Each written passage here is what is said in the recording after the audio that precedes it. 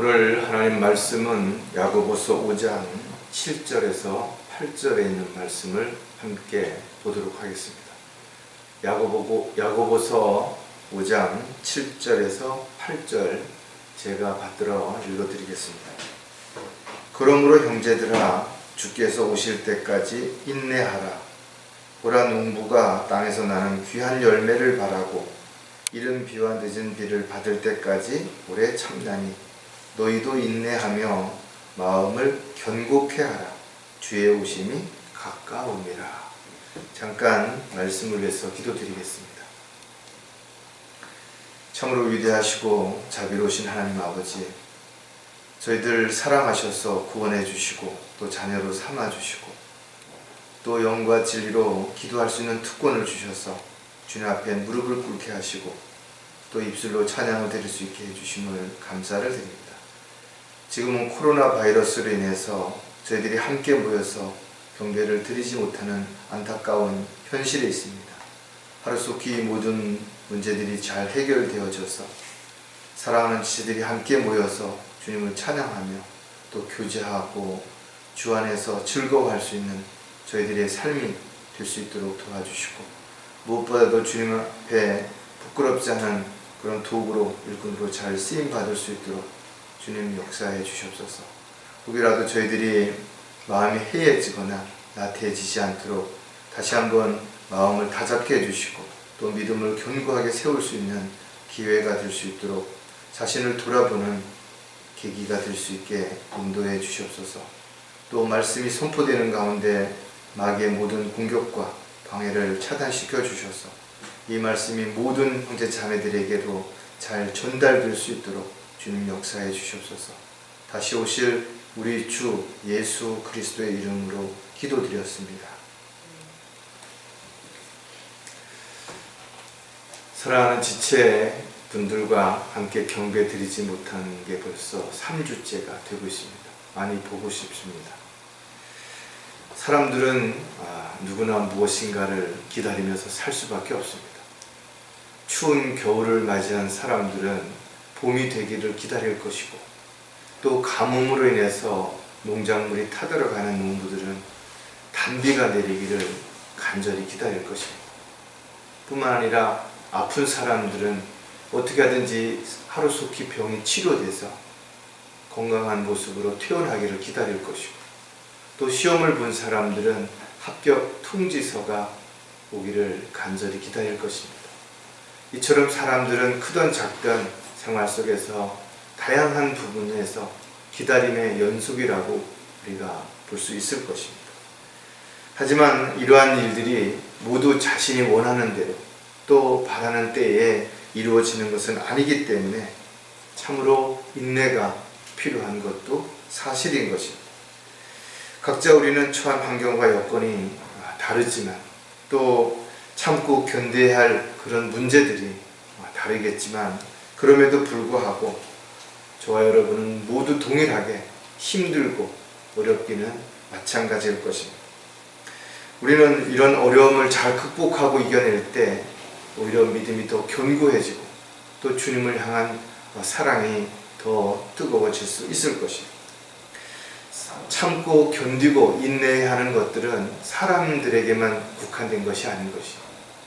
때로는 작은 곤충에서부터 시작해서 새라든지 또는 동물들 모두가 다 먹이를 위해서 또 보금자리를 위해서 먼 거리를 이동하기도 하고 또 추위와 더위를 견뎌내야 되기도 합니다. 또 천적들로부터 끝까지 살아남아야 하기도 하는 것이, 요즘 코로나 바이러스로 인해서 참으로 안타깝게도 전 세계 모든 사람들이 두려워하고 불안감 속에 처해 있습니다.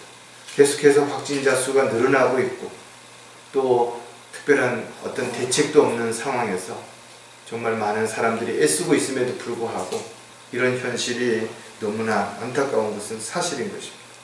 특히 보이지 않는 바이러스와 싸워야 되는 것도 두려운 것이고, 치료약이 없다라는 것이 더더욱 사람들을 불안하게 만드는 것도 사실인 것입니다. 언제 어느 때 누구로부터 감염될지 모르기 때문에 사람들은 더욱더 불안해하는 것이고, 또 비록 치사율이 낮다고는 하더라도 사망자 수가 계속해서 늘어나고 있기 때문에 아무도 안심할 수는 없다라는 것입니다. 더더욱 안타까운 것은 이 상황이 언제 끝날지 지금으로서는 장담할 수가 없다라는 것입니다. 따라서 지금 무엇보다 필요한 것은 바로 이런 어려움을 잘 참고 이겨낼 수 있는 인내가 반드시 필요한 것입니다. 오늘 설교 제목은 인내에 대한 3가지 의미라는 제목을 가지고 함께 살펴보려고 합니다. 인내라는 단어가 한문으로 보니까 참을 인자에 견딜 내자를 쓰는 것이, 쉽게 말하면 참고 견디는 것이 인내라는 것입니다. 그렇다면 왜 참고 견뎌야 하는 것인가 하면 무엇인가 기다리는 것이 있기 때문에 그런 것이. 따라서 인내의 가장 큰 의미를 3가지로 함축해서 보면 참고 또 견디고 기다려야 한다는 것이. 모세는 이스라엘 백성들을 인도해내는 지도자가 되기 위해서 80년이라는 긴 시간을 기다렸고, 또 이스라엘 백성들을 이집트에서 이끌고 나왔지만 가나안 땅에 들어가기 전까지 40년이라는 기간을 광야에서 인내했던 것을 우리는 성경을 통해서 알 수가 있습니다. 요셉 역시 형제들에게 정말 배반을 당하고 포디발의 집에 가서 또 감옥에서 오랜 기간을 견딘 끝에 총리 대신이 되어서 이스라엘 백성들을 구원에 이르게 하는 그런 하나님의 도구가 됐던 것도 우리는 알 수가 있죠. 뿐만 아니라 다윗도 양을 치던 어린 소녀였을 때 기름 부음을 받았지만 그가 왕이 되기까지는 수없이 죽을 고비를 넘겼고 어려운 과정들을 겪었던 것을 볼 수가 있어요. 특히 구약 성경을 통해서 우리가 알 수 있는 것은 대부분의 선지자들이 모두 힘든 과정 속에서, 어려움 속에서 참고 견디고 이겨냈다라는 것을 우리가 알 수 있습니다. 야고보는 그래서 야고보서 5장 10절을 통해서 나의 형제들아, 주의 이름으로 말한 선지자들의 고난과 인내를 본으로 삼으라 했습니다. 사도들도 그랬고 제자들도 그랬고 초대교회의 믿음의 형제 자매들 모두가 온 생애를 핍박과 박해 속에서 살면서도 오직 복음 전파를 위해서 헌신했던 그런 삶을 우리가 한 번쯤 진지하게 돌아본다면 지금 우리에게 처해 있는 이런 어려운 문제들은 어떻게 보면 그 믿음의 형제들에 비해서는 아무것도 아닐 수 있습니다. 그럼에도 불구하고 우리가 힘들고 어려울 때 서로 권면하고 위로하고 격려하는 가운데서 잘 이겨내는 그런 본이 되는 모습들이 반드시 필요할 것입니다. 특히 저와 여러분은 하늘의 소망을 가지고 있기 때문에, 부활의 소망을 가지고 있기 때문에 특히 이런 상황에서 세상 사람들과 달리 믿음을 가지고 소망 가운데 살아가는 그런 모습들이, 또 사람들에게 위로와 격려를 통해서 하나님에 대한 소망을 가질 수 있도록 할 수 있는 그런 기회로 삼아서 잘 극복할 수 있게 되기를 간절히 바라는 것이. 주님 다시 오실 때가 심히 가까이 왔다는 것을 우리 너무나 잘 알고 있다. 그러나 믿음을 지키고 달려갈 길을 마칠 때까지 우리는 끝까지 이 경주를 해야 되는 그런 책임과 의무가 우리에게 주어졌다는 거죠. 어떤 이유로도 중도에 포기하다든지 곁길로 가게 된다면 우리는 이 결승전에 도달할 수 없게 될 것입니다. 이처럼 한 지체도 믿음의 경주에서 이탈하는 일이 또 나고 하는 일이 없게 되도록 우리가 서로를 위해 기도하고 또 서로를 위해서 함께 응원할 수 있는 그런 강성경교회 모든 지체들이 되시기를 바랍니다. 오늘 우리가 인내에 대한 3가지 의미를 하나씩 살펴볼 텐데, 가장 먼저 인내에 대한 첫 번째 의미는 인내는 끝까지 참아야 한다는 것이다. 사람마다 차이는 있겠지만 언젠가는 한계에 부딪힐 수가 있게 될 것입니다. 따라서 가장 중요한 것은 얼마나 내가 더 다른 사람들보다 오래 참았느냐가 아니라 끝까지 참고 견뎌냈느냐라는 것을 우리는 반드시 기억해야 되는 것입니다. 끝까지 참는다라는 것은 어떤 상황이 우리에게 주어졌든 또 어떤 어려움이 우리에게 닥쳤든 어떤 고통이 임하고 있든 간에 끝까지 포기하지 않고 참고 또 참아야 한다는 것을 의미하는 것입니다. 저와 여러분이 지금까지 이런저런 모습으로 많은 부분에서 잘 참고 이겨내온 것은 사실입니다. 그렇다고 해서 우리가 온전히 인내를 이루었다라고 말할 수는 없을 것입니다. 왜냐하면 우리는 주님 만날 때까지 아직도 가야 할 길이 남아있기 때문에 그렇다라는 것입니다. 야고보서 5장에서도 보면 보라 우리는 견뎌내는 자들을 복 있는 사람들로 여기나니 너희가 욥의 인내를 들었고 또 주의 결말을 보았거니와 주는 인정이 심히 많으시고 자비로우시니라. 저와 여러분은 욥을 통해서 어떻게 인내해야 되는지를 우리는 분명하게 알고 있다는 것입니다. 또 우리는 마지막 때에 일어나는 교회들의 예표를 통해서 특히 에베소 교회가 칭찬받은 것을 우리가 통해서 참고 인내해야 되는 것이 얼마나 중요한지를 우리가 다시 한번 되새겨 볼 수가 있을 것입니다. 에베소 교회는 어려운 상황에서도 인내하며 옳은 행위와 사랑과 봉사와 믿음을 지켰다라고 성경에 기록하고 있는 것입니다. 지역교회가 지속적으로 운영되기 위해서는 마귀의 공격을 반드시 이겨내야 되는 것입니다. 그러기 위해서는 지체들이 주 안에서 하나가 되어야 되는 것입니다. 각자 자신이 있어야 해야 할 일들을 잘 감당해내야 되는 것입니다. 따라서 아무리 연약한 지체라 하더라도 우리는 가장 소중하다라는 사실을 잊지 말아야 되는 것입니다. 또 어린 지체라 하더라도 분명 동역자로서 해야 할 역할이 있다라는 것도 우리는 잊어서는 안 될 것입니다. 따라서 지체들을 서로 비교하고 시기하고 그런 것들이 분열과 교회의 어려움을 가져오지 않도록 서로 사랑하고 배려하고 섬기는 그런 삶이 반드시 필요해야 될 것입니다. 베드로는 우리에게 이렇게 또 권면합니다. 너희 생각의 허리를 동이고 정신을 차려 예수 그리스도께서 나타나실 때 너희에게 가져올 은혜를 끝까지 바라라는 것입니다. 어떤 일도 중도에 포기하면 아무것도 얻게 되지 못하는 것입니다. 그리스도인들은 어떠한 경우라 하더라도 분명 끝까지 참고 인내해야 되는 것이 분명하다면 우리는 다시 한번 우리가 왜 참아야 하는지 또 얼마나 참아야 되는지 어떻게 참아야 되는지를 진지하게 번쯤 생각을 해야 될 것입니다. 끝까지 참아야 하는 이유가 여러 가지가 있지만 그 중에서 몇 가지를 살펴보면 가장 먼저 선한 목적에 따라 창조되었기 때문이라는 것입니다. 세상 사람들이 가지는 목적은 시대와 대상 그리고 상황에 따라 언제든지 변할 수 있다는 것입니다. 따라서 많은 사람들이 갈등하고 방황할 수밖에 없는 것이 왜? 세상이 너무나 빨리 변하고 있기 때문에 그렇습니다. 사람들의 가치관이 너무나 빨리 달라지고 있다는 것입니다. 따라서 이런 가운데서 젊은 사람들이 무엇을 어떻게 해야 되는지 방향을 잘 잡지 못하고 갈등하는 경우가 너무나 두드러지게 나타나는 것이 현실인 것입니다. 저와 여러분은 분명한 삶의 목적이 있어야 되는 것이고 또 그 목적을 이루기 위해서 무엇을 어떻게 해야 되는지를 말씀을 통해서 정확하게 알아야 돼요.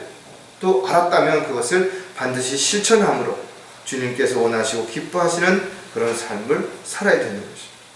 하나님께서 저 여러분을 부르셨다면 분명한 이유가 있으시다 이거죠. 왜냐하면 처음부터 우리를 창조하실 때 분명한 목적을 가지고 창조하셨기 때문에 그런 것입니다. 에베소서 2장 10절에 보면 우리는 그분의 작품이니 그리스도 예수 안에서 선한 일들을 위하여 창조되었느니라. 이 일들은 하나님께서 미리 정하시어 우리로 그것들 가운데서 행하게 하려 하신 것이다. 저와 여러분이 태어나기도 전에 우리를 창조하실 때 분명한 목적을 가지고 미리 정하셨다라는 거죠. 따라서 저와 여러분은 해야 할 일이 다 동일하지 않다라는 거예요. 있어야 할 자리가 동일하지 않다라는 것이죠. 따라서 그리스도인들은 자신이 어디에 있어야 되는지 또 어떤 일을 해야 되는지 언제 해야 되는지를 끊임없이 주님 앞에 물어야 되는 것이고 종으로서 주인의 명령에 따라서 순종하는 삶을 살아야 될 것이죠. 이러한 사실을 우리 스스로뿐만 아니라 자식들에게도 잘 믿음으로 가르쳐서 그 자식들이 지속적으로 올바른 목표를 가지고 이 땅에서 어떻게 사는 것이 가장 하나님을 기쁘시게 해드리는 삶인지를 알고 스스로 그렇게 준비하고 또 결정하고 실행하며 살도록 해야 될 것입니다.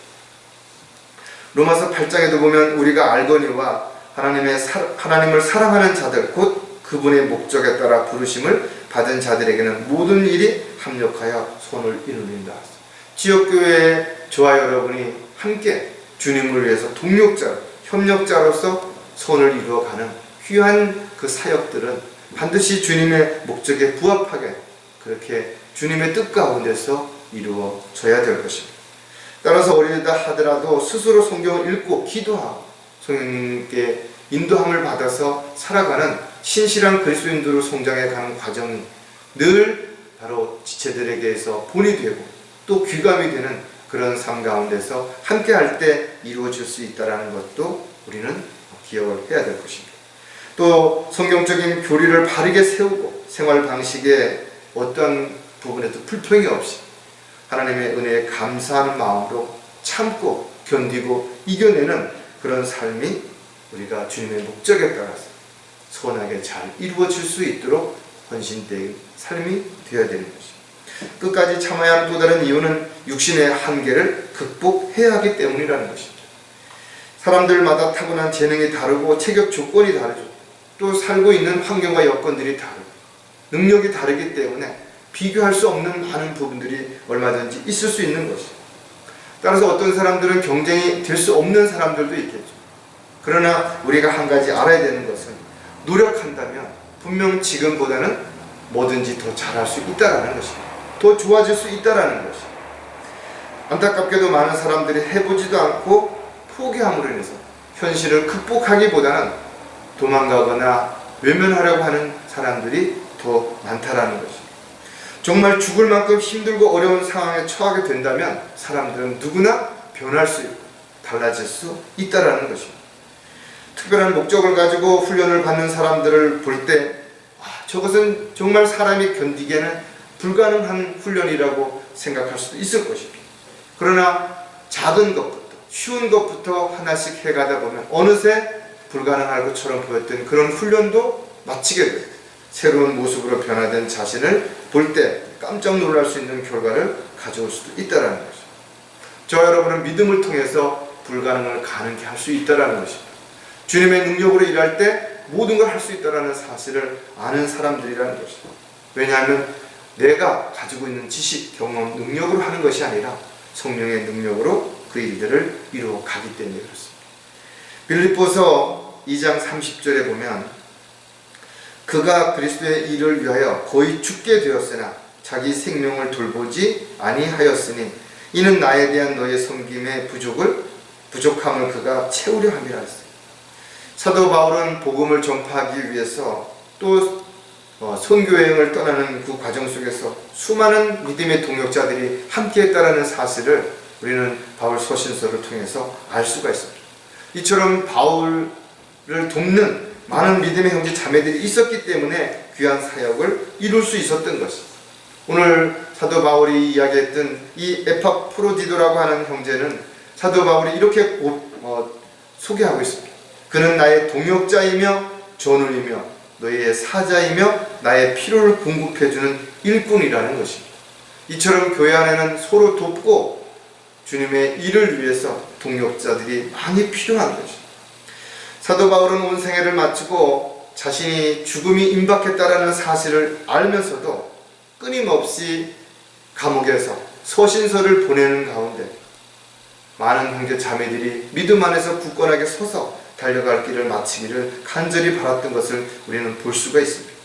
특히 사도 바울은 고린도의 교회에 편지하면서도 사형 선고를 받았기에 자신을 신뢰하지 아니하고 오직 하나님만을 신뢰할 수 있다라고 우리에게 분명하게 가르쳐 준 것을 우리가 생각해 본다면 저와 여러분이 이런 어려운 상황에서 오히려 믿음의 본을 보임으로 인해서 연약한 지체들에게 또 힘들고 낙담한 지체들에게 용기와 위로를 줄 수 있어야 될 것입니다.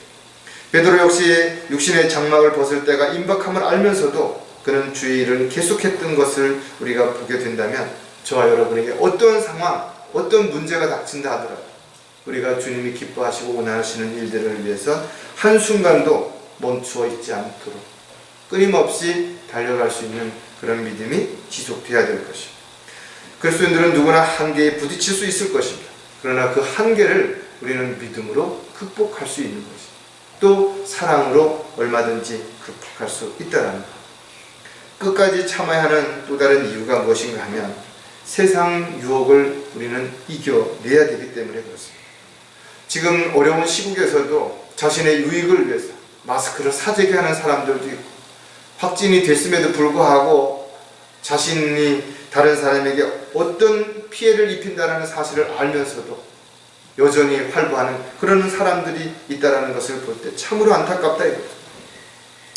사람들은 누구나 이 세상을 살아가는데 분명한 목적을 가지고 또 나름대로 최선을 다하겠지만, 그러나 자신의 삶이 다른 사람에게 피해를 준다면 우리는 한 번쯤 그런 것이 절대로 이루어져서는 안 된다는 사실을 우리가 반드시 기억을 해야 되는 것입니다. 사람들은 세상의 가치를 가지고 판단을 하는 것입니다. 그래서 세상은 그리스도인들이 살만한 곳이 될 수 없다라고 그렇게 말할 수 있는 것입니다. 또 우리가 세상에 살고 있지만 세상에 속한 사람들이 아니기 때문에 세상도 세상에 있는 것들도 사랑하지 말라고 요한이 우리에게 경고하고 있습니다. 세상은 우리를 유혹에 넘어뜨리기 위해서 때로는 달콤한 것들을 주기도 하고 좋은 것처럼 눈에 보이는 것을 통해서 유혹할 때도 있다는 것입니다. 따라서 유혹에 넘어가지 않기 위해서 우리는 욕심을 버려야 하는 것입니다. 절제하고 또 자신을 죽은 것으로 여길 수 있는 마음을 가져야 되는 것입니다. 야고보서 1장 14절에 보면 그러나 누구든지 자신의 욕심에 끌려 유혹을 받을 때 시험을 당하는 것입니다.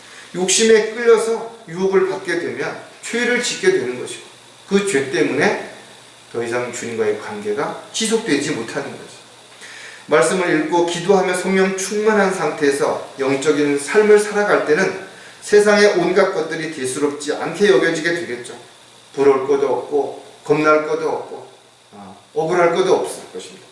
그러나 육신적인 삶이 되게 되면 두려운 것도 많고 염려될 것도 많고 불평할 것도 점점 늘어나게 되는 거죠. 아주 작은 일에도 짜증을 내게 되고 눈에 보이는 것에 마음을 빼앗겨서 한순간에 믿음이 흔들릴 수 있다는 것이죠. 왜냐하면 마귀는 이러한 틈새를 비집고 들어와서 의심을 주고 믿음을 파괴시키고 주님을 향한 열정을 쉽게 만들기 때문에 그렇다는 것입니다. 베드로는 죄로부터 단절될 수 없고 견고하지 못한 혼두를 유혹하는 자들에 대해서 이렇게 경고하고 있는데, 그들은 헛된 말로 자랑하며 잘못된 생활을 하는 자들에게서 온전히 피해 나온 자들을 방탕함과 육체의 정욕으로 유혹하는 자들이라 했다. 오늘날 얼마나 많은 사람들이 달콤한 말로 사람들을 유혹하고 비진리에 가담하게 만들어서 헛된 믿음을 가지고 살아가게 만드는지를 우리가 한 번쯤 생각해 본다면, 세상의 유혹을 이기기 위해서 우리는 끝까지 참고 견디고 이겨낼 수 있어야 됩니다. 인내에 대한 두 번째 의미를 우리가 살펴보려고 하는데, 두 번째는 인내는 끝까지 견디어내야 한다는 것이 되죠. 출발점에서는 많은 사람들이 의기양양하게 또 허세를 부리기도 하지만 결승점에 도달하는 사람들은 많지 않다는 것입니다. 믿음의 대열도 마찬가지죠. 처음에는 열정을 가지고 달려나가지만 살면서 힘들고 어렵고 여러 가지 문제에 부딪히게 되면 하나둘 이런저런 핑계를 대고 세상으로 돌아가는 것이죠. 처음에는 많은 사람들이 잘 견딘다 이거죠. 그러나 시간이 지날수록 어려움이 점점 더 세질수록 사람들은 하나둘 떠나가는 것이죠. 누구나 중도에 포기하게 된다면 그동안 견뎌냈던 모든 것들이 한순간에 물거품이 될 수 있다는 거죠. 누구나 처음부터 잘 견딜 수 있는 사람은 아무도 없을 것입니다. 야고보는 너희 믿음의 시련이 인내를 만들어내는 줄을 너희가 알미라 했어. 저 여러분이 이와 같이 어려운 과정들을 하나씩 겪을 때마다 그만큼 믿음이 더 견고해지는 것이고 주님을 향한 사랑이 더욱더 깊어지는 것이고 주님의 은혜에도 감사하는 마음이 퍼지게 되는 것입니다.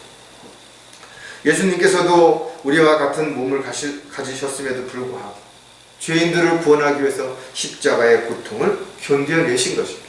죽기까지 아무런 불평도 없이 자신이 모든 사람들의 죄를 제거하기 위해서 자신의 생명을 아낌없이 내어주셨다는 것입니다. 십자가의 형벌은 참으로 참혹한 형벌이기 때문에 가장 악한 그런 죄인들에게만 주어졌던 형벌이라는 것이. 만약 주님께서 십자가의 고통을 견뎌내지 못하셨다면 저와 여러분은 영원한 지옥의 형벌로부터 구원받을 수 있는 길은 없었을 것입니다.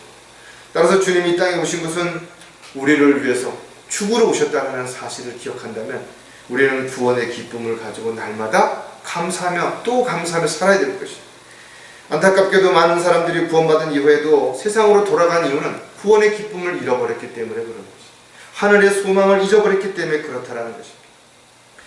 때가 이르니 사람들이 건전한 교리를 견디지 못하고 그들 자신의 정욕에 따라 가려운 길을 즐겁게 해줄 선생들을 많이 두려 달콤한 말에 빠져들어가서 가족도 버리고 직장도 버리고 자신의 꿈도 버리고 오직 헛된 그런 것에 맹신하는 안타까운 현실을 우리는 지금 목도하고 있다는 것입니다. 그리스도인들은 주님 오실 때까지 주님의 말씀을 지키고 그 말씀 안에서 끝까지 인내하는 그런 가운데서 주님을 영화롭게 해드릴 수 있는 그런 도구요 종으로 살아갈 수 있어야 될 것입니다. 자, 끝까지 견뎌내야 하는 또 몇 가지 이유들을 우리가 살펴볼 텐데 불안감을 떨쳐버려야 하기 때문입니다. 많은 사람들은 죽음을 두려워할 수밖에 없어요. 왜냐하면 죽은 이후에 어떤 일들이 일어난지를 정확하게 알지 못하기 때문에 그렇습니다. 또 자신에게 어떤 일들이 일어날지를 모르기 때문에 불안할 수밖에 없고 걱정할 수밖에 없다는 것이죠. 이처럼 불안의 실체는 수도 없이 많을 뿐만 아니라 그 실체가 언제 어디에서 다가올지 알 수 없기 때문에 그런 것입니다. 마치 어둠 속에서 어떤 일이 일어날지를 모르는 것과 같이 수많은 사람들은 죄 가운데서 어둠으로 눈이 멀었기 때문에 자신에게 어떠한 일들이 일어날지를 전혀 알지 못하는 가운데 있는 것입니다. 죄는 자신의 눈을 멀게 만드는 것입니다. 자신의 양심을 딱딱하게 굳게 만드는 것입니다. 따라서 그리스도인들은 더 이상 어둠에 속한 사람들이 아니라 빛의 자녀라는 사실을 기억한다면 더 이상 어둠의 일들에 어떤 이유로든 참여해서도 안 되고 동조해서도 안 되고 거기에 가담해서도 안 될 것입니다. 요한일서 1장 5절에 보면 우리가 그에 관하여 듣고 너희에게 전하는 말이 이것이니 곧 하나님은 빛이시요 그분 안에는 어둠이 전혀 없다는 것이다. 하나님을 믿는 사람들은 빛의 자녀인 것입니다. 따라서 어떤 것도 어둠 속에서 무엇인가를 숨기고 감추고 거짓말을 해서는 안 될 것이고 또 그렇게 하는 사람도 없을 것입니다. 만약 자신이 육신적으로 순간 어떤 죄를 졌거나 잘못을 저질렀다면 즉시 자백하고 더 이상 이런 것들로 인해서 죄를 짓는 빌미가 되지 않도록 해야 될 것입니다. 이는 어둠 속에서 빛이라고 명명하신 하나님께서 예수 그리스도의 얼굴에 있는 하나님의 영광을 아는 빛을 비춰주시기 위하여 우리 마음에 비추셨기 때문이라 했습니다. 따라서 그리스도인들은 자신이 빛 가운데 있기 때문에 자신의 모든 것을 다 드러내야 되는 것입니다. 어떠한 이유에도 자신이 하는 일을 감추고 사람들을 속이고 이런저런 변명과 핑계를 앞세워서 합리화하려고 하는 것은 그리스도인의 자세가 아니고 하나님의 자녀가 아니라는 것을 스스로 입증하는 것입니다. 따라서 그리스도인들은 더 이상 열매 없는 어두운 일들에 관여하지 말고 오히려 그것들을 책망하여 모든 어려움, 두려움과 염려를 주님께 맡기기 때문에 믿음 안에서 승리하는 삶을 살 수가 있게 될 것입니다. 또 끝까지 견뎌내야 하는 이유는 희생을 스스로 감수하고자 하기 때문이라는 것입니다. 지금 코로나 바이러스는 육신적인 어려움만 가져온 것이 아니죠. 경제적인 어려움이 더 크게 될 것이고 특히 사람들과의 신뢰가 무너지는 그런 가운데 있는 것입니다. 이러한 문제가 해결되고 지금 직면한 어려움을 극복하기 위해서는 누군가의 희생이 반드시 필요한 것입니다. 하지만 안타깝게도 많은 사람들이 자신의 유익을 취하기 위해서 또 책임을 회피하기 위해서 안일한 대책으로 또 국민들이 더욱 불안하고 두려움 가운데 빠지게 만드는 혼란하게 만드는 그런 사람들도 있다라는 것입니다. 아무런 희생도 없이 좋은 결과를 기대하는 것은 어리석은 자들의 특징이라는 것입니다. 막연한 것들은 아무것도 해결될 수 있는 것은 아무것도 없는 것입니다. 하지만 참으로 감사하고 또 감사한 일은 이런 어려운 가운데 대구 경북 지역의 많은 의료진들이 자원봉사를 하고 그곳으로 갔다라는 것입니다. 그들도 두렵고 불안한 마음이 왜 없겠습니까? 지금도 의료진 가운데는 사망자도 있었기 때문에 그들도 우리와 동일한 두려움이 얼마든지 있었을 것이죠. 또 기부금을 내고 도시락을 배달하고 자신들이 가지고 있는 무엇인가를 조금이라도 도움을 주려고 하는 사람들 역시 마찬가지겠죠. 그들도 지금 어렵기는 마찬가지일 것이다. 그럼에도 불구하고 그들은 더 어려운 사람들을 위해서 자신의 일부분을 아낌없이 내어놓는 그런 모습들을 보게 되는 것이죠. 국민을 대표하는 국회의원들, 정부, 관료들은 오히려 열심히 일을 하는지 모르겠지만 사람들에게 지금 여러 가지 잘못된 정책으로 또 전문가가 아닌 그런 사람들이 함부로 말을 함으로 해서 비난을 받고 있는가 반면에 의사들이라든지 이런 작은 부분에서 솔선수범하고 아낌없이 배려하고 나눔을 실천하는 사람들은 국민의 영웅이라고 불리고 있다. 마땅히 이 일이 마무리되게 된다면 잊지 말고 잘잘못을 가려서 분명하게 상과의 유업이 또 벌이 반드시 이루어져야 또다시 이런 문제가 지속되지 않게 될 것이에요. 로마서 8장 18절에 보면 이는 현재의 고난들이 우리에게 나타나게 될 영광에 감히 비교되지 못한다고 내가 여기기 때문이다. 저와 여러분이 지금 주님을 위해서 또 주님의 뜻대로 살기 위해서 주님께서 맡겨주신 일들을 위해서 고난을 받고 있다면 또 많은 사람들에게 비난과 또 오해를 받고 있다면 박해와 핍박을 받고 있다면 이 모든 것들을 오히려 감사하라. 왜? 이것은 우리가 받게 될 유업과 비교할 수 없기 때문에 그런 것입니다. 또 성경은 주님 오실 때 영광에 참여하기 위해서는 반드시 고난에 동참해야 된다라고 우리에게 가르쳐주고 있는 것입니다.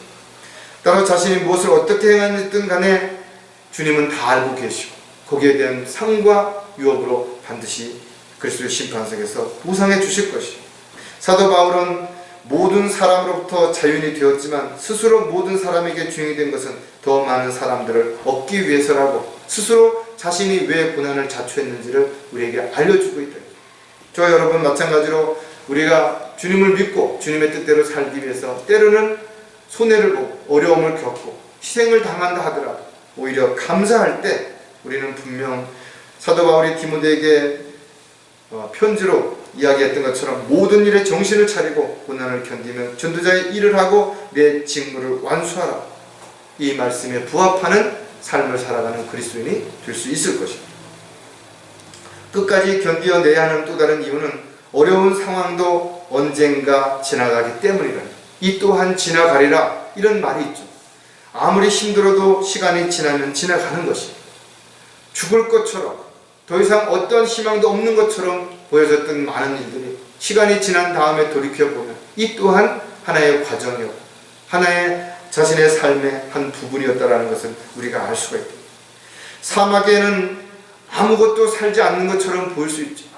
낮에는 영상 50도까지 올라가고 밤에는 영하 40도까지 내려가는 이런 극과 극의 환경 속에서도 생명체들은 여전히 있는 거죠. 풀 한 포기, 벌레 한 마리까지도 주님께서는 이 현실을 극복하고 이겨낼 수 있는 지혜를 주셨기 때문에 그것이 가능하다는 것입니다.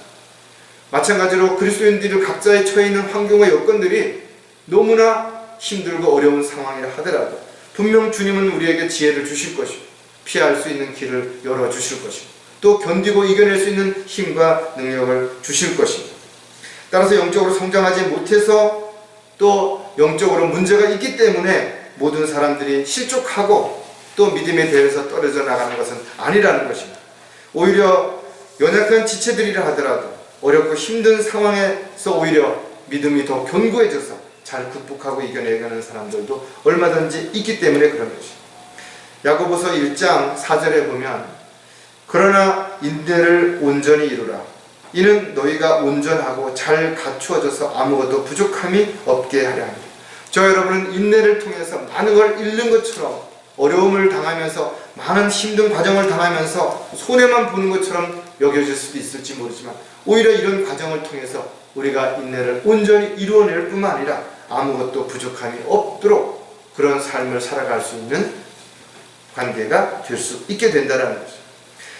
따라서 시련과 역경을 통해 우리는 더욱 강건해질 수 있다는 사실을 다시 한번 기억하고 오히려 힘들 때일수록 더욱더 주님 앞에 더욱 헌신하고 주님의 뜻과 계획 가운데서 순종하는 삶을 통해 주님을 기쁘시게 해드리는 그런 저와 여러분이 반드시 되어야 될 것입니다.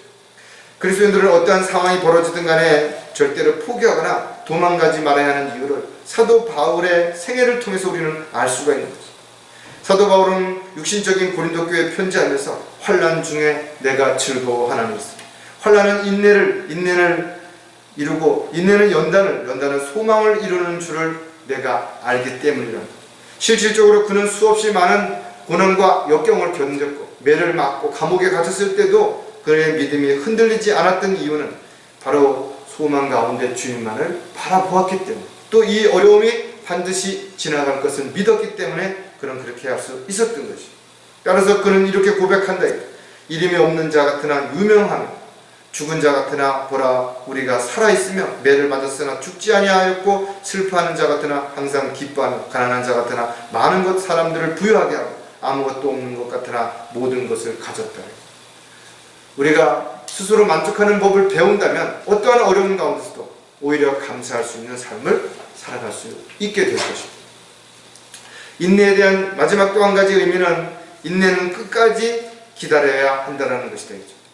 그리스도인들은 이 세상을 살면서 참으로 기다려야 할 것들이 너무나 많다 이거죠.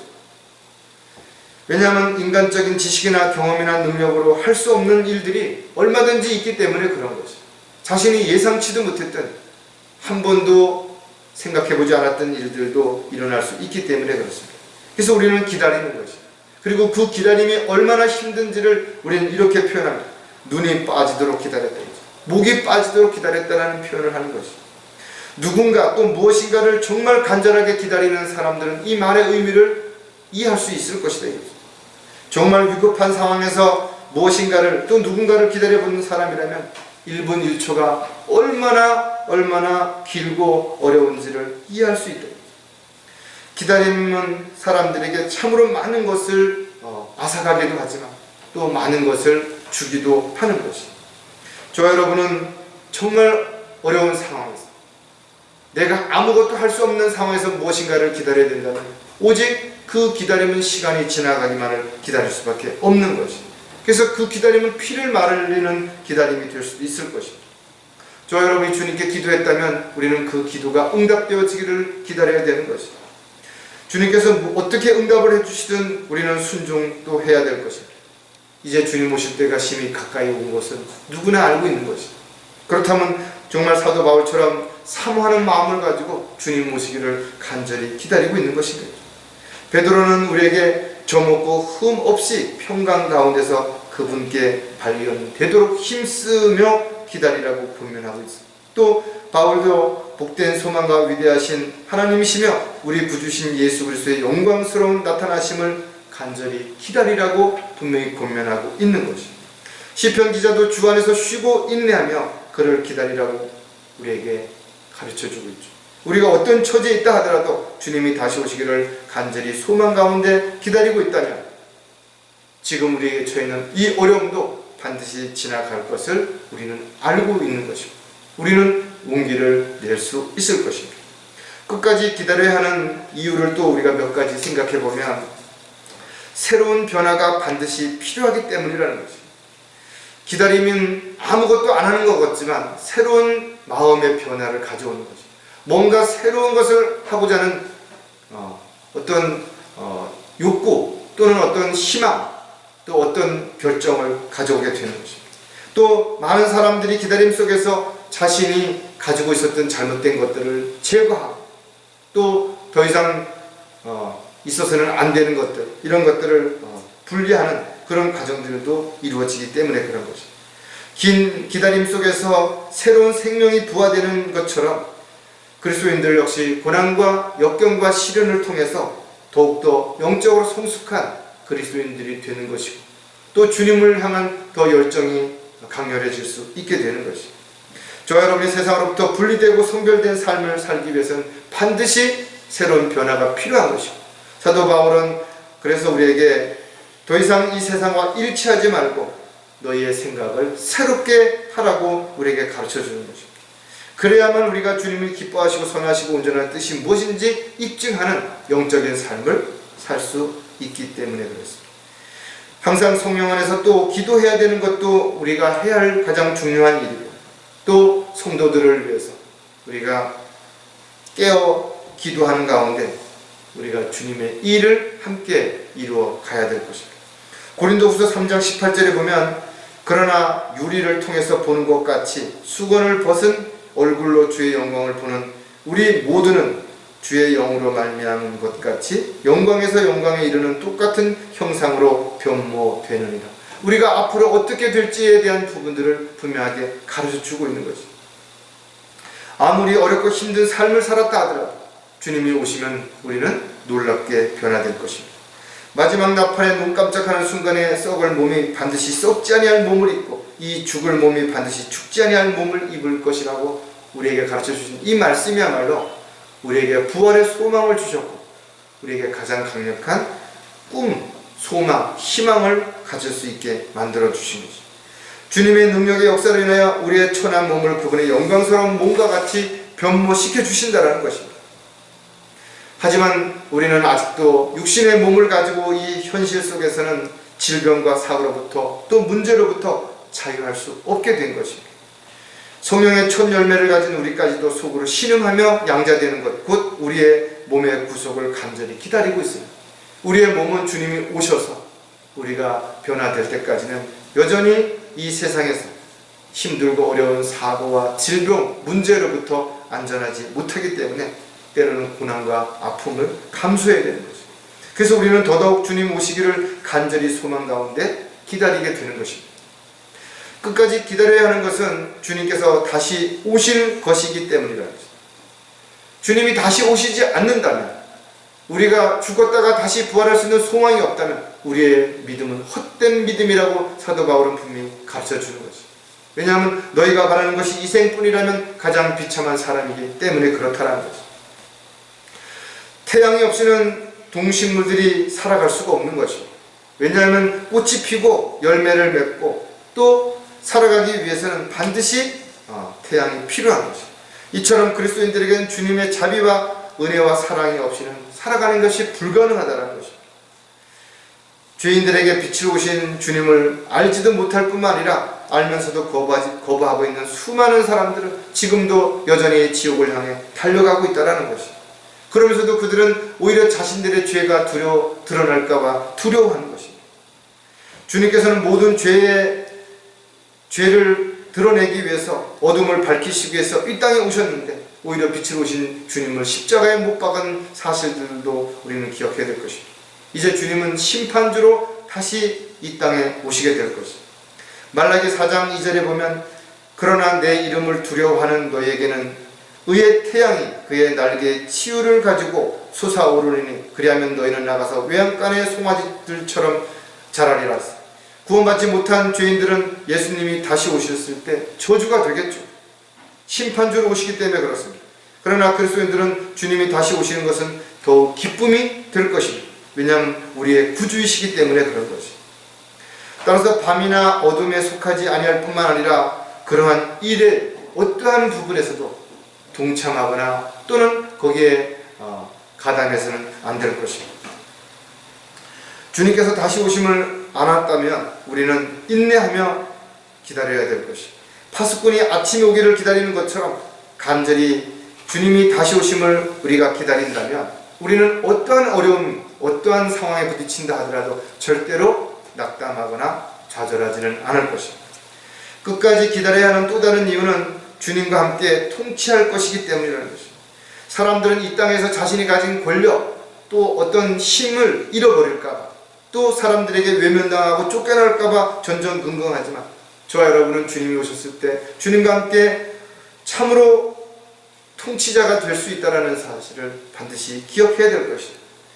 죄인들을 구원하러 오셨던 예수님께서는 이제 죄인들을 심판하러 오실 것이고, 그 구원받지 못한 사람들은 어떤 상황이 될지에 대해서 요한계시록에서는 이렇게 기록하고 있습니다. 땅의 왕들과 위대한 자들과 부자들과 대장들과 힘있는 자들과 모든 종과 모든 자연이 각자 토굴과 산들의 바위 틈에 숨어서 산들과 바위들에게 말하기를 우리 위에 떨어져서 보좌에 앉으신 분의 얼굴과 어린 양의 진노에서 우리를 숨기라. 이는 그분의 진노의 큰 날이 임하였으니 누가 감히 설 수 있어요. 얼마나 두려우면 산들이 무너져서 자신의 얼굴을 짓이겨 그것을 보지 않게 하고 그렇게 말할 수 있겠냐라는 것이. 하지만 주님은 우리의 구원자이시고 우리는 그분이 오셨을 때 주님과 함께 이 세상에서 모든 민족을 통치할 것을 우리에게 성경은 약속하고 있는 것입니다. 요한계시록 20장 6절에 보면 첫 번째 부활에 참여하는 자는 복되고 거룩하도다. 둘째 사망에 그들을 다스리는 권세가 없고 오히려 그들이 하나님과 그리스도의 제사장들이 되어 1000년 동안 그와 함께 통치하리라 했습니다. 주님께서 오실 때 수많은 성도들과 함께 오시겠다고 성경은 기록하고 있죠. 만왕의 왕이시고 만주의 주가 되시는 주님을 만나는 것은 그리스도인들에게 가장 큰 축복이며 영광이 될 것입니다. 자기 때가 되면 주께서 나타나시리니 그분은 복되시고 유일한 통치자시오 만왕의 왕이시며 만주의 주시라. 모든 그리스도인들이 왜 간절히 주님을 기다려야 되는 것인가? 주님이 속히 오시겠다고 약속하셨기 때문에 그런 것입니다. 오늘 본문을 우리가 다시 한번 살펴보면 주께서 오실 때까지 인내하라.